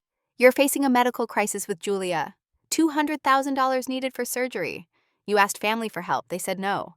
The question hung in the air. She wasn't asking me to confirm it. The story was already public. She was asking me to explain it. My brother and sister made their choices based on their values. I can't speak to their reasoning, but it hurt. Yes, it hurt. Linda turned to Julia. You're the daughter at the center of this. How did it feel knowing your family wouldn't help? Julia's voice was steady, stronger than her body looked. It felt like finding out that the people you thought you knew were strangers, and that the strangers your mom helped once were family. When the Hayes family showed up at the closing, what went through your mind? Disbelief, then gratitude, then this overwhelming sense that maybe the world works differently than I thought, that maybe kindness actually does come back. Richard spoke next, unprompted. I need to say something. That night 11 years ago, I was failing. My business was dying. My family was drowning. I'd knocked on 4 houses before Claire's. 4 families saw us through their windows and turned off their lights. They chose safety over humanity. Claire chose differently. She didn't know us, didn't owe us anything, but she opened the door anyway. His voice thickened. That choice changed everything. I built a $50 million company on the courage she showed me, the courage to take risks for the right reasons, to help people without calculating return. When we found her, When we learned she was selling her home to save Julia's life while her own family refused to help, we couldn't stand by. We owed her. We owed her everything. Amanda added, and it wasn't just debt, it was love. You spend 11 years searching for someone, you build a relationship with them in your heart, even if they don't know you exist. When we finally found Claire, it wasn't like meeting a stranger. It was like finding family we'd lost. Connor leaned forward. Mrs. Brennan saved my life when I was 7. Now I'm 18 at MIT, studying engineering so I can build devices that save other people. My entire existence past that night is because she didn't calculate. She just acted. How could I not do the same for her daughter? Linda turned back to me. People online are asking, did you really have the money all along? Here it was, the question that would make me look manipulative or strategic depending on the viewer. Yes, I had enough to pay for Julia's surgery 5 times over. Military pension invested wisely, life insurance for my husband, an inheritance I never mentioned. Yay. Then why ask family for help you didn't need? Because I needed to know the truth. Not about money, about them. When people think you're wealthy, they treat you one way. When they think you're desperate, you see their real character. I needed to see clearly. Some people are calling that manipulative. Some people are right. It was manipulative. I'm not perfect, but I'm also not wrong. My brother had a choice, family or finance. He chose finance. The fact that I had backup money doesn't change what his choice revealed. Linda studied me. You're very honest. I spent 20 years in military intelligence. I learned that lies catch up to you. Truth, even uncomfortable truth, stands. The interview lasted 90 minutes. When it was over, Linda thanked us and promised the segment would air Sunday evening. This is going to resonate, she said quietly. People need stories like this right now. Real stories about real people making hard choices. That night, Julia and I stayed at the Hayes home. Amanda insisted. Julia was barely a week post-surgery. The drive back would tire her. We had plenty of room. Over dinner, Connor asked Julia about medical school. She told him about the first time she'd watched a heart surgery, before she knew her own heart was failing. How beautiful and terrible it was to see something so essential laid bare. That's what your mom did, Connor said thoughtfully. She laid everything bare. Her family's true nature, her own strategic thinking, the way strangers can be better than blood. She made it all visible. Julia smiled. My mom doesn't do anything halfway. Good thing. Richard raised his wine glass. To Claire Brennan, who taught us that doors exist to be opened. We clinked glasses. Water for Julia and me, wine for the others. And in that moment, in that house full of people who'd found each other through storm and circumstance, I felt something I hadn't felt in years. Complete. The interview aired Sunday at 6 p.m. By 6:30, my phone was exploding again. But this time, the messages were different. You're an inspiration? I wish I had your courage. You taught me something about family today. Julia scrolled through social media, reading comments aloud. This woman is a legend. She didn't just test her family. She gave them every chance to be better. The brother and sister-in-law are getting what they deserve. Having money doesn't mean you're obligated to help, but being family does. I love that she had the money all along. She wasn't desperate, she was wise. She made them show their true colors. By Monday morning, the interview had 2 million views. By Tuesday, national outlets were picking it up. Wednesday, it was trending on 3 different platforms. And Thomas was drowning. His law firm released a statement. Thomas Brennan's personal family matters do not reflect the values of our firm. We support all clients regardless of family dynamics. Translation, distance yourself or lose your partnership. Vanessa's spa Instagram had become a wasteland. Comments like, imagine choosing a vacation over your niece's life, and money can't buy class, and you're everything wrong with people. She made her account private, then deleted it entirely. Helen called Wednesday evening. Claire, you have to help. Thomas is falling apart. The firm is pushing him out. Vanessa filed for separation. His kids won't talk to him. What do you want me to do about it? Issue a statement. Say there's more to the story. Say he's not a monster. Is he not? Silence. Then so quietly I almost missed it. I don't know anymore. Maybe we all are. Thursday afternoon, Thomas appeared on my doorstep. No flowers this time, no lawyer face, just exhaustion and defeat. Claire, please up. Please, 5 minutes. Exercise it is. I almost said no. Almost closed the door. but something in his face stopped me. He looked smaller, older, broken in a way that felt genuine. Front porch, not inside. We sat on the swing Michael had built. The irony wasn't lost on either of us. Thomas spoke first, his voice raw with something I'd never heard from him before. Actual vulnerability. I've lost everything. The firm gave me 60 days to resign or be terminated. Vanessa's leaving, took the kids to her sister's place in Arizona. Patricia and James won't return my calls. My entire life is imploding, and I deserve every bit of it. And you came here because you're the only person who might understand what I'm about to say. He looked at me directly for the first time. When you asked for help, I wasn't just calculating Julia's worth against money. I was calculating your worth against mine. You served honorably, did everything right, and still ended up struggling. I cut corners, stepped on people, played politics, and thrived. It felt unfair. When you asked for help, some sick part of me wanted you to fail, to prove that my ruthlessness was the right choice all along. The honesty landed like a punch, brutal and clarifying. You wanted me to fail. I wanted the universe to make sense according to my rules. You were evidence against everything I'd built my life on, so I said no, not because I couldn't afford it, because I needed you to be wrong about how the world works. And now I know I was the one who was wrong. Ruthlessness wins in the short term, Claire, but it leaves you alone. You opened your door to strangers and built a family that showed up when it mattered. I closed my door to my own blood and lost everything that actually matters. I let the silence sit between us. Wind moved through bare branches. Somewhere down the street, children laughed. Thomas, I can't fix this for you. I can't issue a statement that makes you look better. The truth is what the truth is. I'm not asking you to fix it. I'm asking, his voice cracked. I'm asking if there's any universe where you might forgive me someday. Not now, not soon, but someday. I thought about Patricia and James, teenagers watching their father face real consequences for the first time. About whether public shaming was teaching them the right lessons or the wrong ones. Forgiveness isn't a press release, Thomas. It's private, personal, and it takes years, not weeks. But if you actually become someone different, if you do the work instead of just wishing you'd been better, then maybe someday. How do I do the work? You figure that out yourself. That's part of it. He nodded slowly, accepting it, stood to leave, paused at the steps. The kids are asking me questions I can't answer without looking worse than silence. What do I tell them?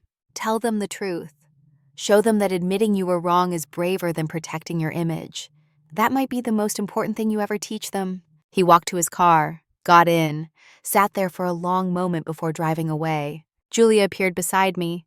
How much of that did you hear? Enough. Do you think he meant it? I think he's terrified. Whether that terror turns into real change or just better performance, we'll see. Would you ever forgive him? Ask me in 5 years. She nodded, accepting that. We went inside together. Friday brought unexpected news. Hayes Family Foundation had received $2 million in donations since the interview aired. People from across the country, inspired by the story, sending money to help other families in crisis. Richard called, his voice electric with possibility.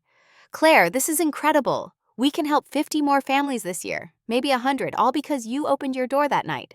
All because you came back. No, because you made us want to be better. And now everyone who heard the story wants to be better too. That's the real legacy. Saturday, Julia and I drove to Michael's grave. We hadn't been since before her diagnosis, fear keeping us away from places that emphasized mortality. The headstone was clean. Someone had left fresh flowers recently. Helen, maybe. She'd always been good with the small gestures. Julia touched the cold marble. Dad would have liked the Hayes family. He would have loved them. Do you think he knows about all of this? I think if there's any awareness after death, he's probably proud of you. Anne laughing at Thomas. She smiled. That sounds like Dad. And he'd tell you that your scar is proof you survived something that tried to kill you, that you're stronger now than before. Am I? You're here. That makes you strong enough. We stood there in the cold, 2 women at a grave, connected to a man who wasn't there, and yet was everywhere in how we lived. Sunday evening, Helen hosted dinner. Just her, Marcus, and us, an olive branch extended carefully. I'm sorry, she said before we'd even sat down. For not helping when I could have, for being weak, for caring more about my own comfort than your crisis. I don't have an excuse, just regret. I know you are. I've been volunteering with the Hayes Foundation. Amanda said they needed help coordinating volunteers. I've been doing it every Tuesday and Thursday. It doesn't undo what I didn't do, but it's a start, I finished. Helen, I'm not ready to forget, but I can work toward forgiving. Relief flooded her face. That's more than I deserve. Yes, it is. We ate dinner, made small talk, avoided the elephant of Thomas who wasn't there. Later, walking to our car, Julia asked the question I'd been dreading. Will you really forgive them, Uncle Thomas and Aunt Helen? Helen, probably. She's showing up, doing the work, trying to be better. Thomas, I don't know. He's sorry he got caught. Whether he's sorry he did it is still unclear. What's the difference? Everything? 2 weeks after the interview, Julia's follow-up appointment showed perfect recovery. Dr. Rahman was pleased, impressed, already talking about when she could return to medical school. Fall semester. You'll barely miss a beat. And Julia, your heart is stronger than most people's now. You're fixed in a way that makes you better than before. In the parking lot afterward, Julia turned to me. I want to do something. What? Write a thank you letter. To the Hayes family. A real one. Not just words, but explaining what they gave us. What they showed us. That's a good idea. Will you help? We spent the evening drafting it. Multiple versions. Crossing out and revising until the words felt true. Dear Richard, Amanda, and Connor, thank you feels too small for what you've given us. You didn't just save our house or pay for surgery. You showed us what family actually means. It's not about blood. It's about who shows up when you're bleeding. Asterisk. Connor, you asked to name your cardiac device after me. I'm honored. But I want you to know, the real achievement is yours. You took the gift my mom gave you and multiplied it. That's what matters. Asterisk. You've taught me that the most important inheritance isn't money, it's values. And the values you've shown, kindness, loyalty, persistent love, those are worth more than any fortune. Thank you for finding us. Thank you for not giving up. Thank you for proving that sometimes the family you choose is better than the family you're born with. With love and gratitude, Julia. We mailed it Monday morning, Tuesday, Amanda called crying. Julia's letter arrived. We're framing it. Claire, you raised an incredible daughter. She made herself incredible. I just tried not to ruin her. You succeeded. March arrived with thawing snow and tentative warmth. Julia returned to medical school part-time, building up to full course load. The media attention faded to occasional mentions. Life resumed its ordinary rhythm. Thomas sent me a letter, handwritten, 8 pages of explanation, apology, regret. I read it once and put it in a drawer. Maybe someday I'd answer it. Maybe not. Helen and I met for coffee every other week. Careful conversations, rebuilding trust brick by brick.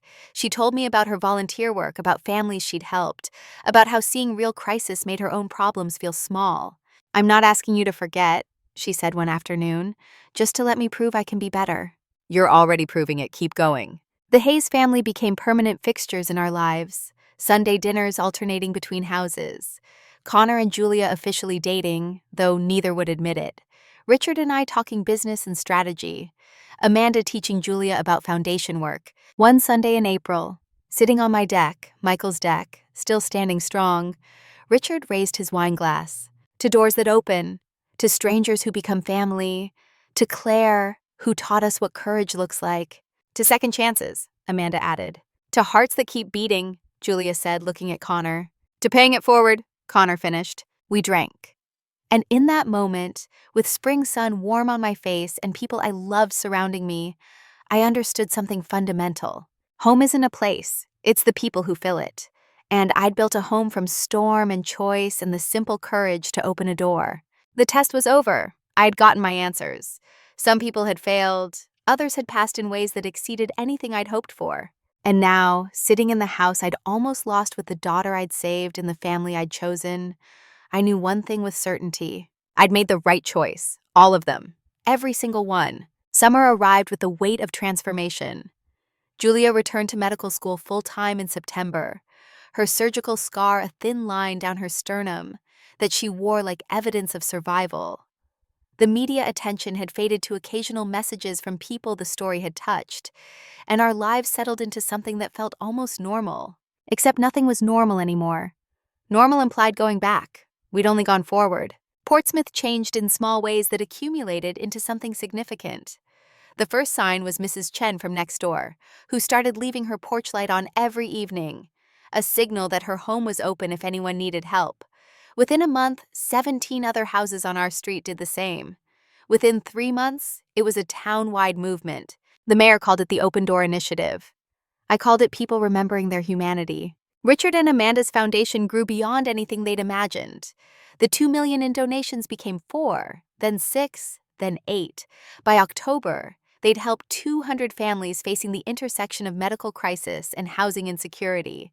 Each family received a card with a simple message. Someone once opened a door in a storm. We're paying it forward. They invited me to join the board. I accepted without hesitation. The first meeting was in a conference room in Boston, surrounded by people who ran nonprofits and understood philanthropy in ways I didn't. But when Amanda introduced me, something shifted in the room. This is Claire Brennan, the woman who started all of this by opening her door 11 years ago. Without her, none of us would be here. I wanted to argue that it wasn't about me, that any decent person would have done the same. But I'd learned that wasn't true. 4 houses had proven that. We reviewed applications that afternoon. Families in crisis, stories that echoed mine, single mothers facing medical bills, veterans struggling with bureaucracy, working people who'd done everything right and still couldn't afford to survive. One application stopped me cold. Martinez family. Father, Jose, 34, construction worker. Mother, Sophia, 32, teacher's aide. Children, Elena, 5, and Miguel, 3. Situation. Sophia diagnosed with breast cancer. Treatment costs exceed insurance coverage by $180,000. Family considering selling home in Albuquerque, New Mexico to cover expenses. Asterisk. I stared at the photo attached. Young family, children smiling, parents holding them tight. The fear behind their eyes was familiar. This one. My voice came out rougher than intended. We helped this one. Amanda looked at the application. They're in New Mexico. We've mostly focused on New England. Then we expand. These people need help. We have resources. Geography doesn't change that. Richard nodded. Claire's right. The mission isn't regional. It's helping families who need it. The vote was unanimous. The Martinez family would receive full funding plus specialist consultation. No questions, no means testing, just help. I called Sophia Martinez myself that evening. Her voice shook when she answered. Mrs. Martinez, my name is Claire Brennan. I'm calling from the Hayes Family Foundation. We've reviewed your application and we'd like to help. Silence, then barely audible. Help how? Full funding for your treatment. All costs not covered by insurance. And we'll connect you with specialists who've had excellent success with your type of cancer. The sound she made was half sob, half disbelief. Why? Why would strangers do this? Because someone once helped me when I needed it, and they told me to pay it forward, so that's what I'm doing. We talked for 20 minutes. By the end, Sophia was crying openly, and I was remembering what it felt like to be drowning until someone threw you a rope. After I hung up, Julia came downstairs. She'd been doing homework but had obviously been listening. You made that woman's whole world different. Someone made mine. It's just the circle continuing. Mom, do you ever think about what would have happened if you hadn't opened the door that night? If you'd been like those other 4 houses? I thought about it. Really thought. Then Richard and Amanda would have kept walking. Connor might have died. Or they might have found help somewhere else. But I would have been different. I would have chosen fear over compassion. And when my crisis came, I wouldn't have had the Hayes family. I would have just had my choices and their consequences. Do you think Uncle Thomas thinks about his choices? Every day, probably. Consequences don't let you forget. Thomas had resigned from his firm in June. The press release called it pursuing other opportunities. The reality was they'd made it clear. Leave voluntarily or be fired publicly. He'd called me once since our porch conversation. Short, awkward, asking if I'd reconsider making a statement. I declined. Not out of cruelty, but because some lessons needed to be learned the hard way. Vanessa had moved to her sister's place in Arizona, filed for divorce, taken half of everything, and disappeared into a new life where nobody knew her story. I didn't blame her. Sometimes starting over was the only option left. Helen, though. Helen was changing in ways that felt genuine. She sold her spa business in August. Not because it was failing, but because she wanted time. Time to volunteer, time to learn, Time to become someone different than who she'd been. We had lunch in September at a small cafe in Dover. She looked different, less polished, more present. I've been helping the foundation 3 days a week now. Amanda says I'm good at connecting with families, finding out what they really need beyond just money. That's important work. It's humbling work. Last week, I met a woman whose husband died of cancer. No life insurance, 3 kids under 10, losing her house. She reminded me of you during your crisis. Except she didn't have a Hayes family. She didn't have anyone. What happened? The foundation covered 6 months of mortgage payments while she gets back on her feet. We found her a better job with benefits, connected her with grief counseling. She broke down completely when we told her, just sobbed. Helen's eyes were wet. Claire, I've been thinking about when you asked me for help, how I said I couldn't because of my divorce and the business expenses. Those were excuses. I had the money, I could have helped, I just didn't want to be inconvenienced. I know. I don't know how to make that right. You can't. You can only be better going forward. Is that enough? It has to be, because going backward isn't an option. We finished lunch with plans to meet again in 2 weeks. Small steps toward rebuilding what had been broken. Maybe someday we'd be close, maybe not. But at least we were trying. October brought Connor's fall break from NYT.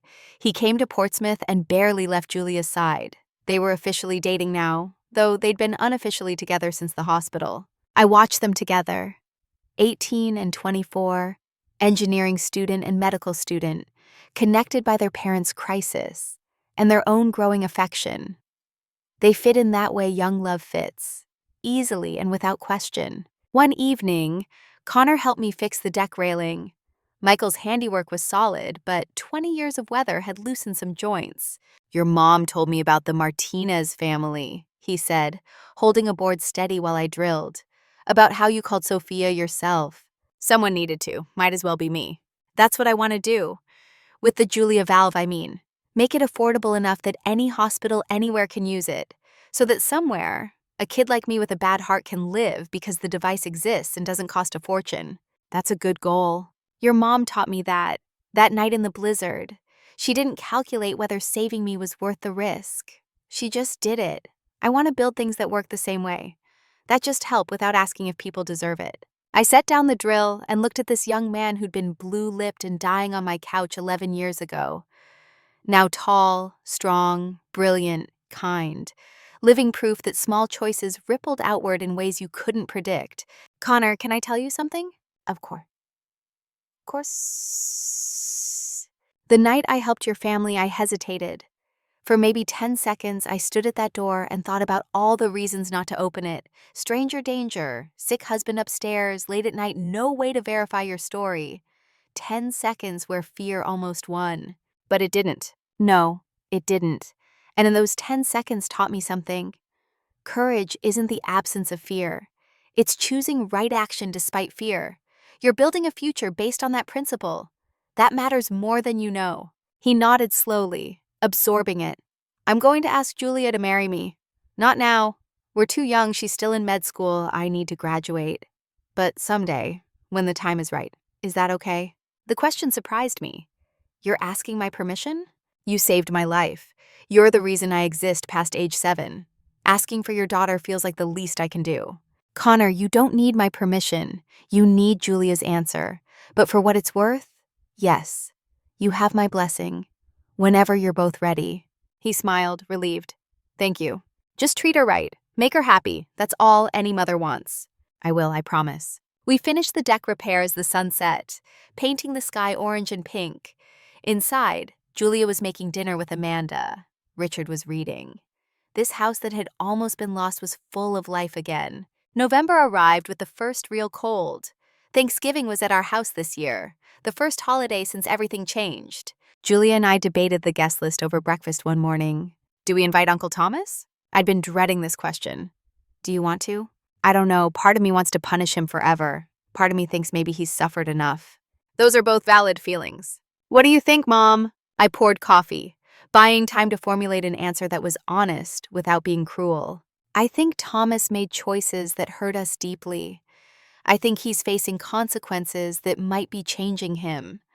I think forgiveness is possible but not required. And I think Thanksgiving is your holiday too. If you're not ready to sit across a table from him, we don't invite him. Julia stared into her coffee. What if I am ready? What if I want to see if he's actually different? Then we invite him and we see. We sent the invitation by text. Simple, clear. Thanksgiving at our house, 2 p.m. You're welcome if you'd like to come. No pressure. Thomas responded 3 hours later. Thank you, I'll be there. Helen came early to help cook. Amanda brought pies. Richard handled drinks. Connor set the table with Julia, laughing at some private joke. At 2 p.m. exactly, the doorbell rang. Thomas stood on the porch looking uncertain in a way I'd never seen. No expensive suit, just jeans and a sweater, no swagger, just nervousness. Claire, thank you for… Come in, it's cold. He stepped inside. The house smelled like turkey and stuffing, and all the things holidays should smell like. Voices from the kitchen, laughter from the dining room, warmth everywhere. Julia appeared from the kitchen. She and Thomas locked eyes. Hi, Uncle Thomas. Julia, you look wonderful, healthy. I am. The surgery went perfectly. No thanks to you. The words hung sharp in the air. Thomas flinched but didn't argue. You're right. I failed you when you needed me. I don't have an excuse, just regret. Julia studied him. Do you actually regret it? Or do you regret that everyone found out? Both, honestly. But even if nobody had ever known, I'd still regret it. Because I calculated your life against money.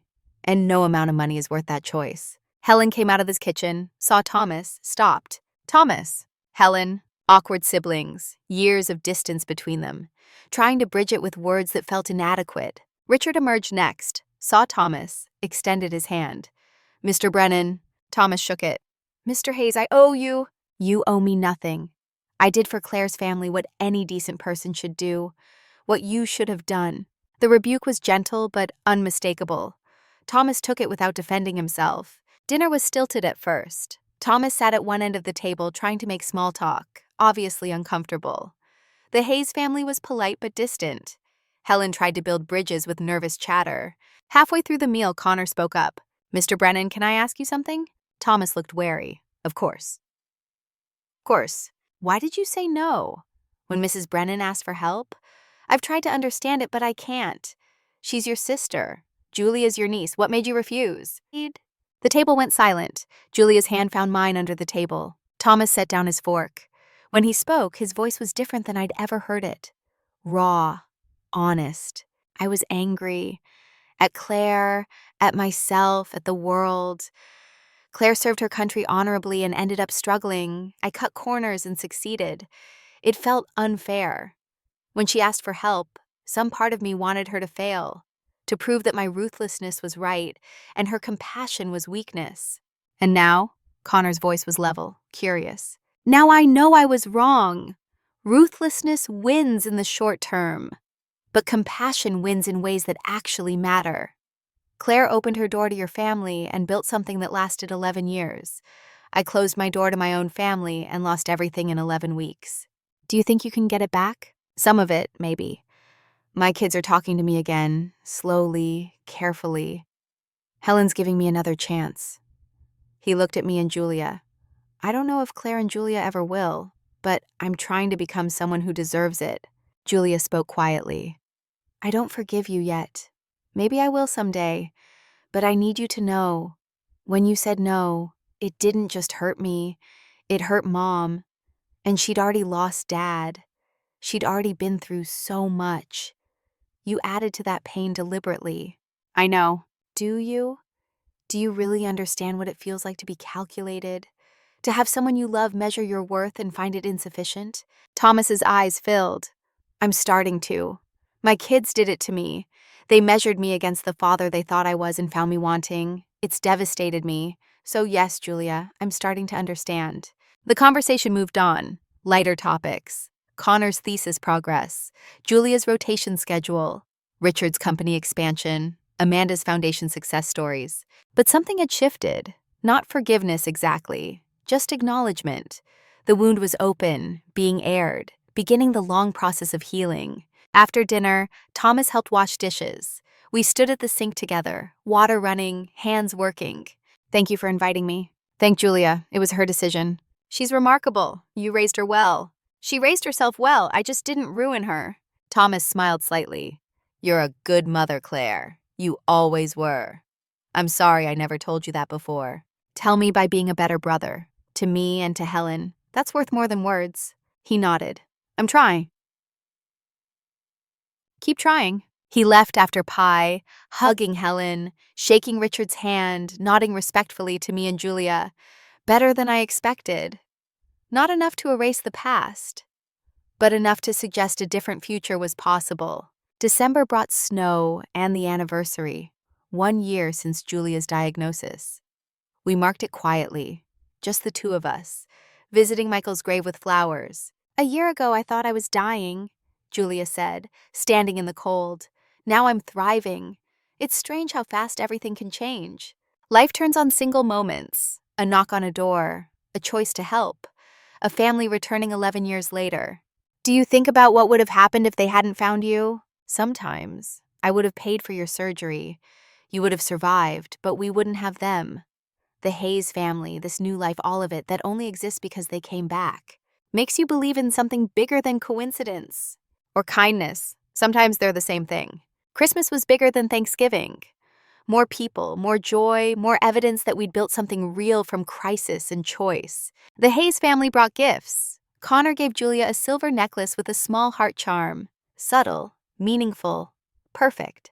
Richard and Amanda brought wine and stories and laughter. Helen came with Marcus. They were engaged now, planning a small wedding for next summer. She seemed lighter than I'd ever seen her. Thomas came alone. Vanessa was somewhere in Arizona, building a new life. His kids, Patricia and James, were still in Boston with him, slowly rebuilding trust. He brought a gift for Julia, a donation in her name to the Hayes Family Foundation. $50,000. I know it doesn't fix what I didn't do, he said quietly. But maybe it helps someone else. Julia hugged him, brief, tentative, but real. Thank you, Uncle Thomas. Progress. Slow, painful, uncertain. But progress.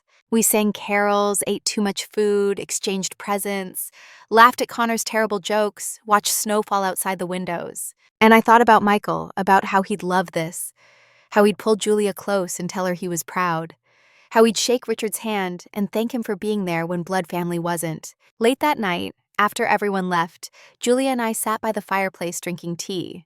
This was a good Christmas. It was. Better than I thought it would be a year ago. Most things are better than we fear they'll be. Do you think we're done now with all the drama and crisis? I laughed. Sweetheart, life is never done. There will always be another crisis, another choice, another moment where we have to decide who we want to be. But we know now who we are, what matters.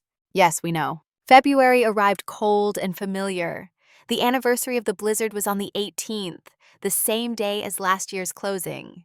12 years since the original storm, 1 year since the Hayes family returned. We planned a small gathering, just us and the Hayes family, a private remembrance of the night that changed everything. But on February 15th, 3 days before the anniversary, life reminded me that patterns have a way of repeating.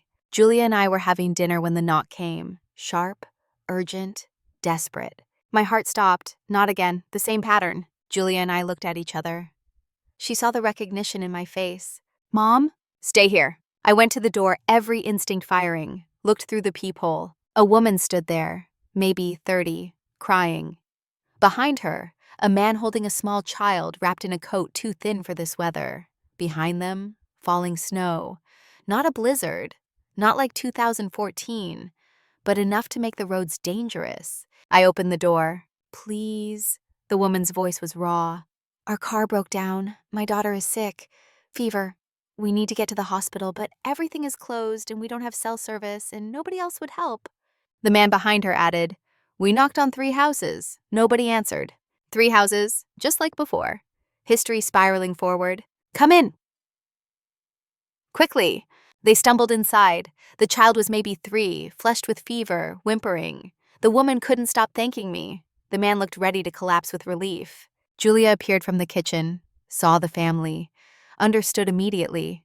I'll get blankets. Mom, your field kit. We went into action. Julia, now with medical training, checked the child's temperature. 103.2, high but manageable. The parents explained. Driving from Connecticut to Maine, car overheated and died, phone battery dead, daughter's fever spiking. We've been walking for half an hour. She keeps getting worse. We didn't know what else to do. I called 911, explained the situation.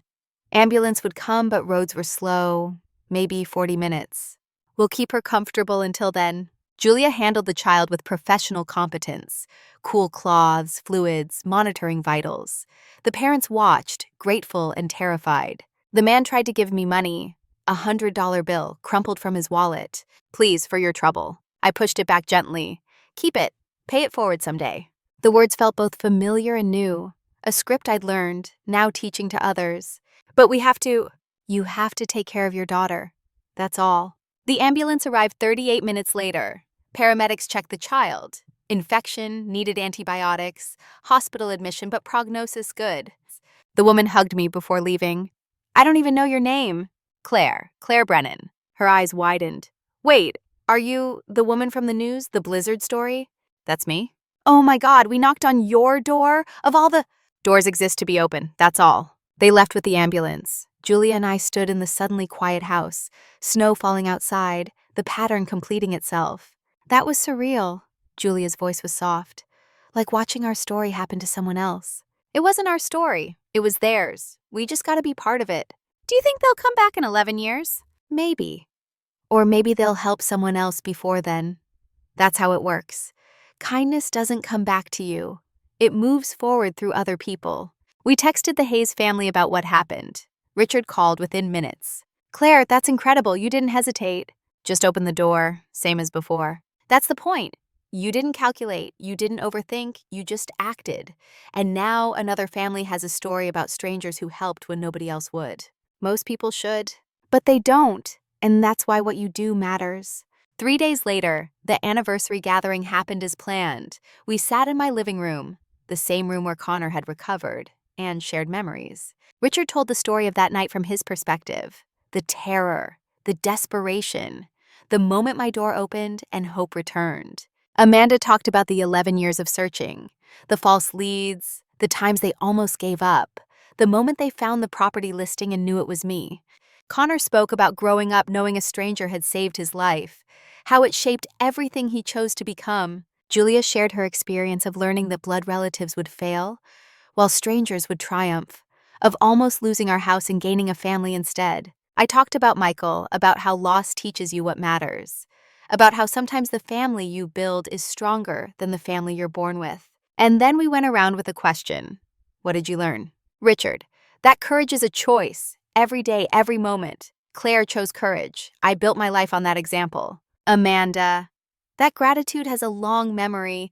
11 years we searched. Some people thought we were crazy, but debt of the heart doesn't expire. Connor, that legacy isn't what you build for yourself, it's what you inspire in others. Mrs. Brennan saved my life, but she also taught me how to live it. Julia, that family is a verb, not a noun. It's what you do, not who you are. And sometimes strangers do family better than relatives. My turn. That small choices echo. That night in 2014, I hesitated for 10 seconds, but I chose to open the door anyway. That choice rippled forward through 11 years and changed all of our lives. Every choice we make matters. Every door we open matters. We sat in comfortable silence. Outside, snow fell gently. The gathering broke up late. Hugs at the door, promises to do this again next year. March brought a surprise letter from Sofia Martinez in New Mexico. Dear Mrs. Brennan, you called me 6 months ago and changed my life. The foundation paid for my treatment, connected me with specialists, gave my family hope when we had none. I'm writing to tell you I'm in remission. The doctors say I'm gonna make it. My children still have a mother. My husband still has a wife. We still have our home. Asterisk. But more than that, you showed us that kindness exists, that strangers care, that we're not alone. So we're paying it forward. Jose started a fund at his construction company. Every worker contributes. Last month, we helped a colleague whose son needed surgery.